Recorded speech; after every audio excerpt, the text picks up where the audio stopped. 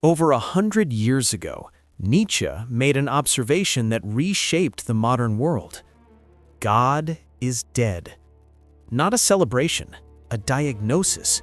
Christianity, the framework that had organized Western civilization for centuries, was losing its grip. Not because someone disproved it, but because a different kind of knowledge was rising. Science, testable, falsifiable, reliable. Faith cannot compete with that. It was never in the same category. Nietzsche saw the trajectory. The educated world would follow knowledge where it leads.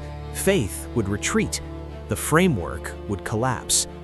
He was right. The secular world has internalized this. It is now common knowledge. But Nietzsche inherited an assumption without questioning it, that the Christ claim is a faith claim, that it belongs in the category of belief and unprovable assertion, that when faith retreats, the Christ claim retreats with it. From there, the logic is clean.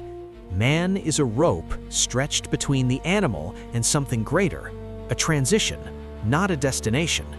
If faith loses to reason, the rope must end somewhere else.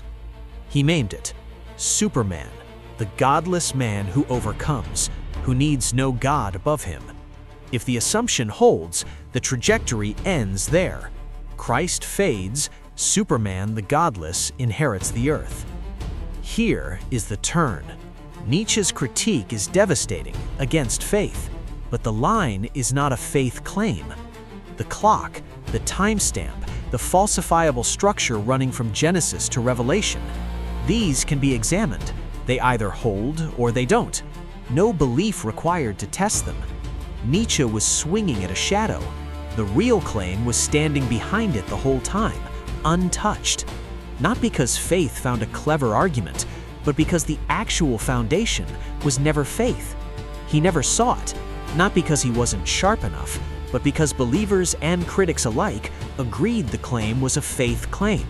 Both sides were working from the same wrong map. Follow both timelines to their conclusions. If the Christ claim was only ever faith, history points one direction. Faith weakens, the godless man inherits the earth.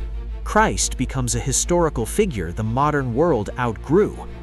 But when the rider appears, the line becomes visible, and the trajectory reverses.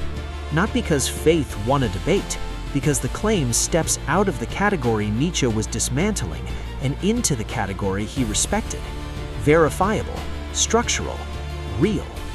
His critique does not land on Christ.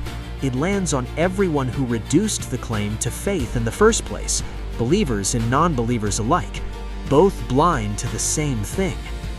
Nietzsche's rope was always pointing somewhere.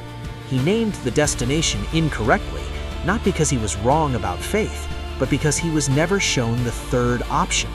Not faith, not the godless man, the one who holds both ends of the rope. The trajectory Nietzsche described, the collapse of faith, the demand for something that can hold the weight of reality, does not end with Superman the godless.